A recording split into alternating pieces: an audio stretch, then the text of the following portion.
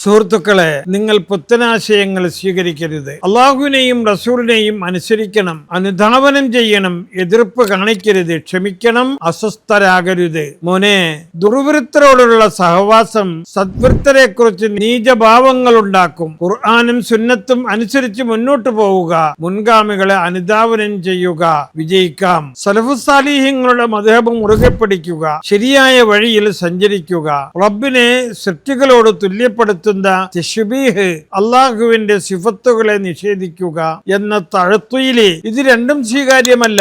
രണ്ടിന്റെയും മധ്യയാണ് ശരിയായ മാർഗം. അൽ ഫത്ഹുർ റബ്ബാനി ഉന്യത്ത് അഹ്ലുസുന്നയുടെ വിശ്വാസാദർശങ്ങളിൽ പാറ പോലെ ഉറച്ചു നിന്നു. അതനുസരിച്ച് തന്റെ മുരീദന്മാരെ വളർത്തിയെടുത്തു. വിഘടനവാദികൾക്കെതിരെ ഗർജിച്ചു. അദ്വൈത സിദ്ധാന്തം തന്നെ മേലെ കെട്ടിവെച്ചവർ കൊടിയ ചരിത്ര വ്യഭിചാരവും മാപ്പർഹിക്കാത്ത പാതകവുമാണ് ചെയ്തു പോരുന്നത്.